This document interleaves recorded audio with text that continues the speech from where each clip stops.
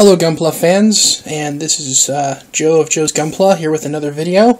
And specifically, hello to DICEBOY22. He's wanting to make his very first diorama using a couple of SD kits that he has customized.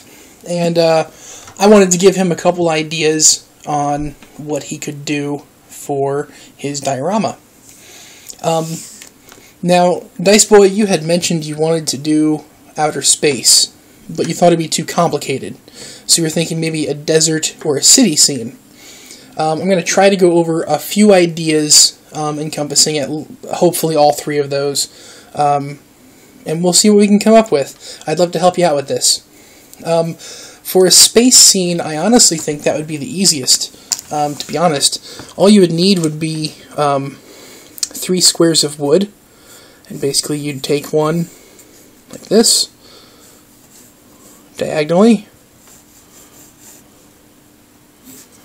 Okay, I'm not an artist, just so you know. Then you take another piece of wood, like this, and these are all square.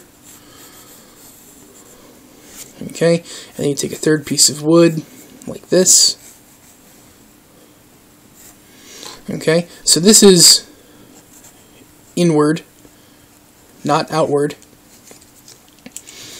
And then basically you just got your Gundam here.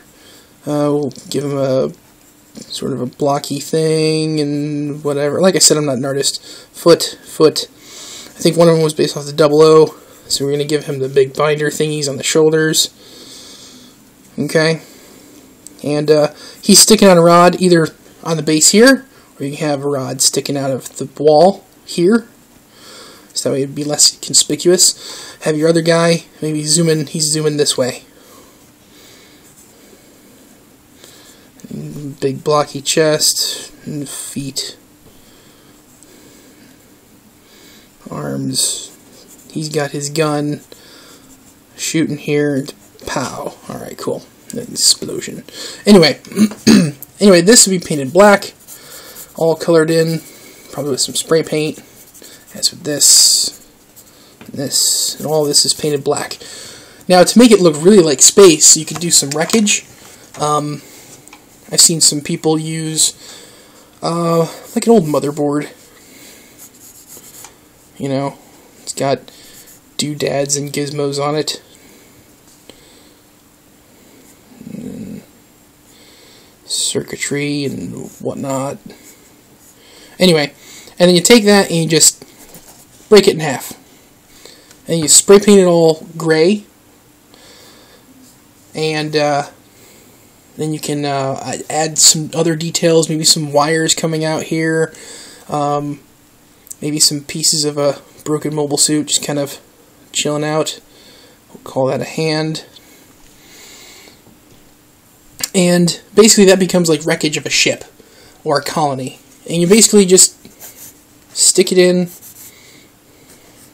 wherever you want. It'll have a rod here underneath of it going to the wall. So you can do something like that. That's real easy.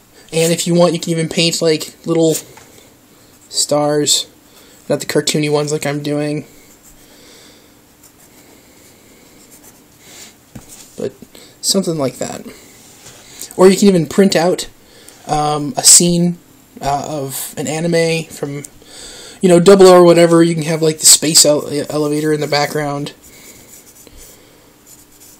Print out that picture and paste it onto the board.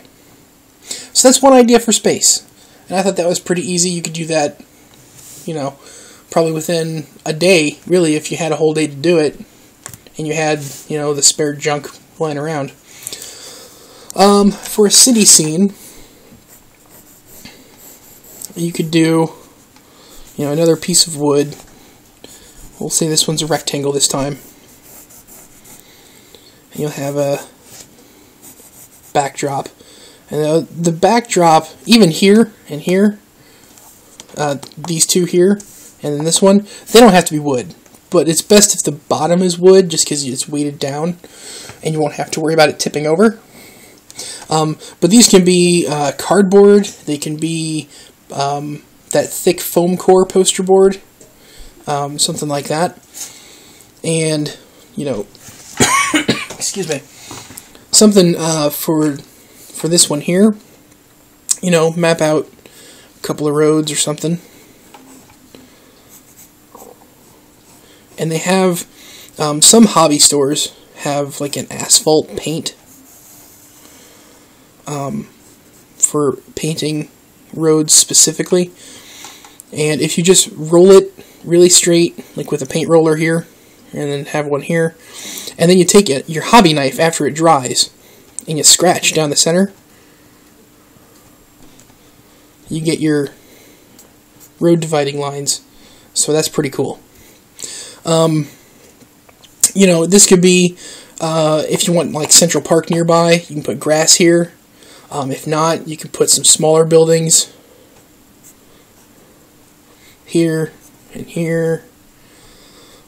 I'm not worrying about being too artistic right now.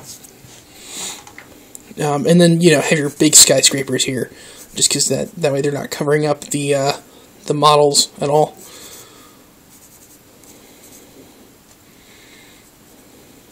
And because you're using SDs, they don't necessarily have to be perfectly scaled, which is nice. Excuse me. Again, if you've seen my last few videos, I have a really bad chest cold. And then you have one shorter building. Maybe it's actually attached to another building. You know, and so on and so forth. And if you get a good amount of buildings here in the back, you won't necessarily need to print anything out here. You can just make this like a blue sky. Maybe take some white paint or like some spray paint and paint some clouds or something back here. But if you want to make it look really dense, maybe back here, if you could paint on or draw some more buildings in the background, you know, something like that. And you've got your physical buildings here. You know, that kind of fills out the space so it looks like it goes further back. And then you can take your Gundams and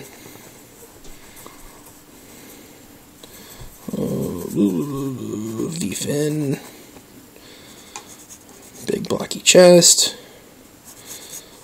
binders. Like I said, I'm no artist when it comes to drawing. But yeah, something like that. And you got, you know, one Gundam here, maybe another Gundam. He's on a rod to suspend him, so he's up in the air.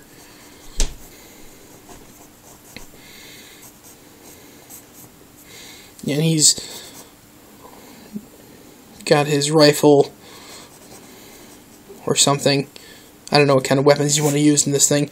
He's got a beam coming out, coming here, and plow. You don't have to do the explosions. I like writing that. Plow. Okay.